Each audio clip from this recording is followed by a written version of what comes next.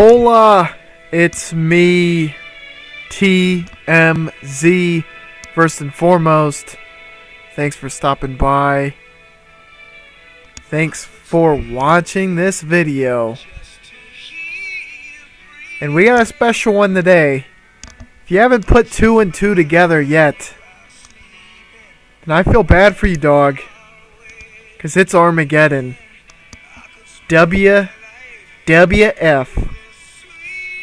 And it is another absolute classic barn burner must-watch pay-per-view. Thanks for stopping by. Thanks for liking. Thanks for subscribing. Stay till the very end because I will be revealing the match types to vote on for Cyber Monday, which will be taking place at the end of 89. So be sure not to miss that. And without further ado, let's jump right in. Mis amigos, as we have Butch Reed going up against Bam Bam, who has been putting on pretty good matches on the pre-show so far. Butch also getting, a little attention. He hasn't been on many pay-per-view cards as of late. He's been on TVs, but I don't think you guys have seen him very often on the pay-per-views. And also, a little mention, we're in Foxborough, the Super Bowl champions. Congratulations to them. They win so much at a certain point, you have to accept that that's the way the NFL is, man. They push. This is the Hogan era, where they just keep feeding him the top title, essentially, in the NFL. So that's enjoyable, obviously. Then we got Bam Bam. He gets the win here, and trying to give him a little bit of a push. He is currently a mid-carder, but hopefully, maybe we can get him to upper mid-card by the end of 89.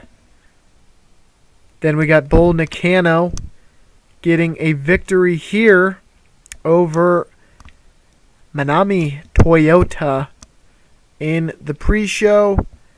Decent match, still in the 60s. So all the women's pay-per-view matches so far, pre-show, main card, have entered the 60s, so to speak.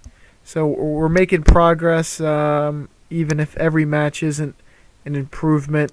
But Bull, here's the one thing that is slightly concerning. I have to bring outside people in. There's just no way about it because they're kind of stagnating because there's a lack of talent from the outside who have popularity here. So that is basically the situation right now. We got those JCP people. They helped bring it to the 60s, but we need to speed this along. Then on the main card, we got a fatal 4-way. Man, I had a little bit of a brain fart there. My apologies. We had done a pay-per-view like this last year for 88. I think it was Judgment Day, and this one's Armageddon, and the theme for this one essentially is fatal 4-ways. Like the 4 Horsemen of the Apocalypse, which, funny that we have Flair and the 4 Horsemen on this card, but that's kind of the theme. All the title matches and the big matches are fatal 4-ways. So we're going to have 3 fatal 4-way matches, and the WWF title will be on the line for these competitors, as Steamboat will put not only the WWF title but the NWA title on the line. DiBiase had won a number 1 contenders match, but then we had Flair saying he wanted to instate his rematch clause, and then Savage also said, I want it as well, because he has yet to have a rematch. All the way back from WrestleMania 5, he hasn't had a rematch. He's been trying to plan his wedding, and then that went up in smoke, and then he's been trying to get payback on the Four Horsemen. So you kind of have to wonder whether his motivation is to get the title back, or if he wants to try and ensure that Flair doesn't get the title. So I guess we will kind of have to see what happens with that storyline. But certainly, 4 worthy competitors, an interesting matchup. Also 4 of the best workers and showstoppers on the roster. But before we get to that, we have a 3v3 match where JCP is going up against $1 Million Inc. again. We got the Living Legend, Brad Renegans again, Magnum again, going up against IRS, The Undertaker, and Stan Hansen. Same deal, DiBiase basically called the shot and said, look, I want you to take these guys out. And Hansen, since the tag titles are not going to be on the line tonight, which we will kind of go into that when Bruiser Brody has his match, he aided Taker and IRS, and they get another victory over JCP. The $1 Million Inc. is kind of turning into sort of a border patrol of sorts, in that they are not letting any other territories take over the WWF as of right now.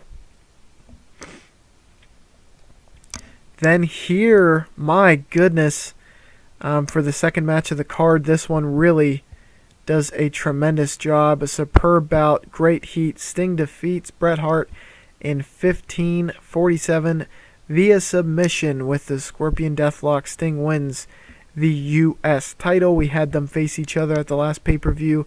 Here, Sting gets his win back. It was a technical masterclass bout. Sting did fairly well, and Bret did phenomenal, and it really shows in the match rating. So we're already off to a hot start to this pay-per-view. Next, we have Hogan cutting a promo since Savage is in the main event, trying to win his title back. Hogan told him, he said, look, brother, I will continue the battle as well. The Brainbusters are in their own match, but Barry Windham is not. I'm going to challenge him on your behalf for what they did to you and Liz, as well as myself, because he was the minister. It was disrespectful, and he is going to bring justice back to the WWF by essentially putting Barry in his place. And then once Savage either gets the title or doesn't, I guess, then they can continue their campaign of destruction and revenge and retribution. But before we get to that, we got a quad TLC match. This one did not pan out quite the way I had expected, especially because it looks like, it just was not suited for them. It was a TLC match, and kind of what I was thinking was sort of like a Money in the Bank. There's a contract for a tag title shot in the on the rung, so to speak. I don't know what the match aim. We'll see it once I click next, because I'm sure people are going to be complaining that they can do better. I know the Brainbusters can do better. I know basically everyone can do better. But let me explain as to why I wanted to do this. First of all, TLC, I think, is one of the best tag team steps, especially when you have numbers, like a Fatal 4-Way. Also, Steiners are new. They are one of the hot, fresh teams in the WWF. This was a tremendous spot for them. Scott Steiner's been getting a singles push, but now the Steiner brothers are getting a push, so this was big for Rick, and it does show. But nonetheless, it is what it is. Road Warriors recently turned as well, so I felt like we should utilize them. Bulldogs, they've been out of the mix, and we needed a good face tag team to really try to hold this one together. And then the Brainbusters are, debatably the hottest tag we've had in a while. They get the win. It's a decent match. Oh, my mistake, actually. The Bulldogs get the win. They win this TLC match as Davey retrieves the item. Yes, I think it's a high spot based match. Okay, which makes sense. And everyone's going to complain, rightfully so. It did tarnish the match. If it was just a regular match, it likely would have done better. I wanted to change Dynamite's gimmick there, but I guess we can do that later. Anyways, we have Hogan going against Windham, and this match may just 6 months ago probably would have been a very one-sided affair, but since Flair came in, man, the Four Horsemen stock has went up tenfold. No doubt about that. We have an exceptional match. Hogan defeats Barry Windham in just under 20 minutes. Windham 87, Hogan 94. And we're going to have to really figure out something to do with Windham, because he is doing very well, and we were struggling to find a good spot for him prior. And he got a big match with Hogan. That's going to help his stock, no doubt, and a win is also going to help Hogan's stock as well. But let's keep this gravy train moving as we get Arn and Tully, who come in behind Hogan. Hogan turns his attention, then Windham low blows him, and Arn and Tully hit their finishers on Hogan, thus incapacitating him. Hogan gets the win, but these three get the last laugh. Definitely a nice little swerve there, perhaps. And we're telling a story. We're prolonging something. We're going to see where this one goes soon enough. Then here we have a fatal four-way for the IC Championship. And it was an exceptional bout. Dusty Rhodes defeated Vader, Jake, and Harley Race when he gets a pin on Harley. It says he used a foreign object. That is not the case. What happened was Road Warrior Animal distracted Vader, thus giving Dusty the chance to roll up Harley Race. This is defense number one for Dusty. The motivation kind of going in, I guess not so much motivation, but the story going into this one was Vader obviously won a number one contendership bout, but both Harley was able to institute his rematch clause, and Jake Roberts was 1-0 against the champ, and then lost in a multi-man match and said, look, that's, where I come from, that's not how we do things. And the commissioner said, basically a collective answer to many questions, that the stipulation for this pay-per-view would be fatal four-ways, and thus this would be the IC Championship bout. 87 thought it might be a little bit better, especially considering the fact that Harley, Vader, Jake, and Dusty did so well also, but nonetheless, the fact still remains these four are they hold down that whole IC division kind of, and it's cool to see Vader challenge for it, and the fact that he got distracted perhaps makes a compelling argument as to why he was screwed and should get another chance. And we're going to wait on that one. Oh, no. Okay, that's why. Yeah, we'll turn him here. He's kind of been a complete heel. So that's kind of just superficial, but nonetheless, let's go to the next segment. And finally, we got a number one contenders bout. Bruiser made the pitch that since he came here, he has been someone who has made a crazy impact in his short time here. He says, I want a crack at the top. They said, if you can win a number one contenders bout, you will get it. And then to determine his opponent, Misawa won spectacular bouts on WWF television, and thus the floor is set. It is ready for these two competitors. I truly think this will be a crazy good match. Let's get into it. Let's see. And no doubt about it, Misawa and Bruiser Brody knock it out of the park. Bruiser Brody is freaking ready. Guys, what can I say? I was very, very tempted to give Misawa the win here over Bruiser. But I think the way that we did this doesn't hurt Misawa. Might help Bruiser. I mean, he doesn't need much help. If he gets to a 100, he's maxed out in-ring performance-wise. But I wanted to give Misawa that rub, but for storytelling, I just thought this makes the most sense. It suited. It was well suited for a lot of things moving forward, whereas it would have been good long term, but it would have been myopic in that it wouldn't directly influence the stories moving forward, and I would have had to change a lot of things to make Misawa winning be a better payoff than having Bruiser win here. It was an exceptional bout. Bruiser Brody gets the win over Misawa, as Misawa got disqualified because Road Warrior Animal ran in and attacked Bruiser Brody. So what the heck is going on here? That's the second time we see interference by the Road Warriors. Something fishy's going on, but nonetheless a tremendous, tremendous bout, a 5-star bout, and Bruiser Brody is just proving his worth in the WWF.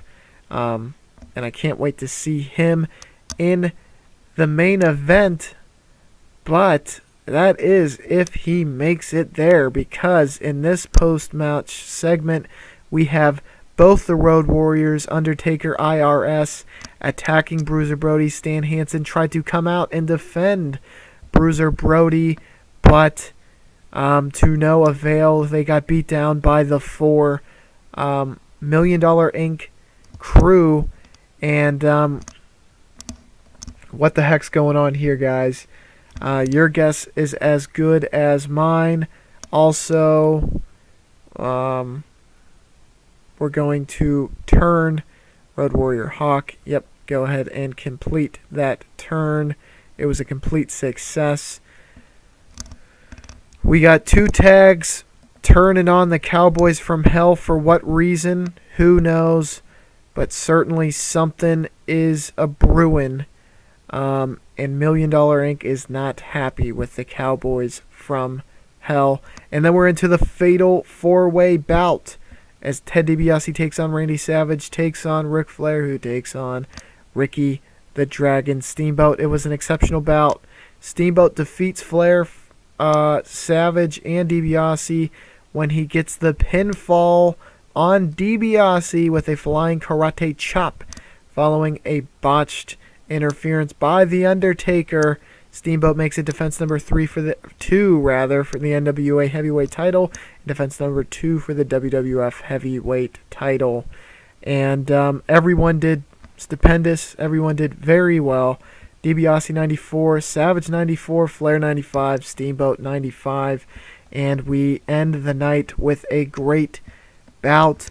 So the stage is set for our next pay-per-view, which I'm very excited for. It's going to be a new pay-per-view that we have not done in the past, but you are definitely familiar with. And I don't want to ruin it, but just stay tuned for the next pay-per-view, because I think you will really, really like it. No doubt about it. Steamboat stays strong, and all of these guys really perform. We got to see Savage and Flair in the ring again, DiBiase and Steamboat in the ring again, and Flair and Steamboat in the ring again. And I guess you might as well throw in Savage and DiBiase in the ring again as well. A lot of history for all of these competitors, and a great bout was the outcome. So Bruiser versus Steamboat seems to be set, but we're kind of unsure as to whether Bruiser will be able to make it. Who knows if he was injured here, and who knows if the $1 Million Inc. is going to try to take him out if they can. But before we can get there, we got one more segment, ladies and gentlemen, and what should very well be a celebration ends in Flair giving the signal to the top of the ramp.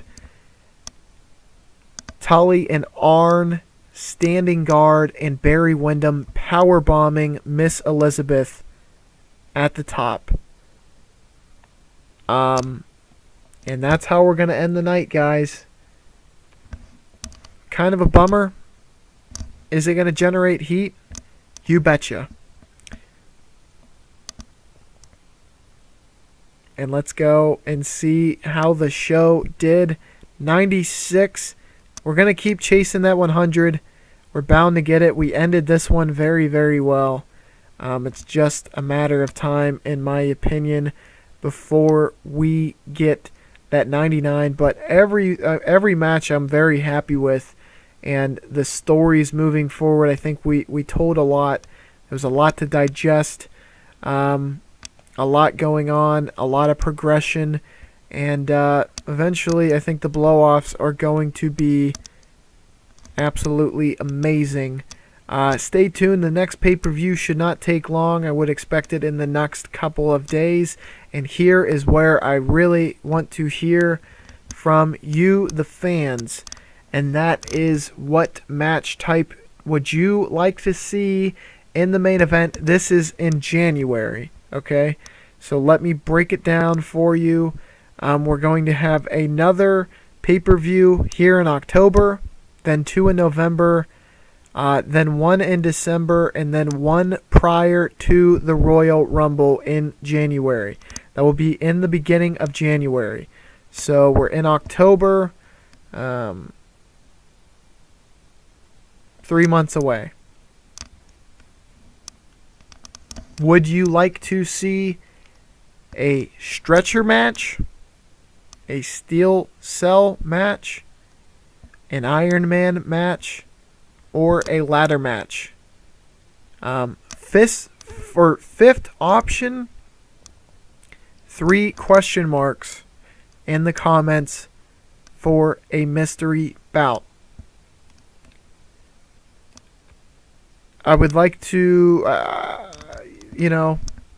see your guys' opinions. So drop a comment. Also, if you would like to be involved further, you can follow the Twitter page, also Senior TMZ. And if you guys would like, we could do a poll on the Twitter page as well, just so you can see. It's up to you guys. I really don't care. It's easy enough for the comments. Obviously, I don't get notifications from the comments, but I do check periodically and try to respond to each and every comment. Again, the 4 options: stretcher match, steel cell, Iron Man, ladder. And then if you are not pleased with any of the 4 and would like to see a mystery match, leave 3 question marks in the comment section below. Also, let me know what you thought about the pay-per-view, and be sure to like and subscribe. Y'all have been great, and I will catch you on the flippity floop.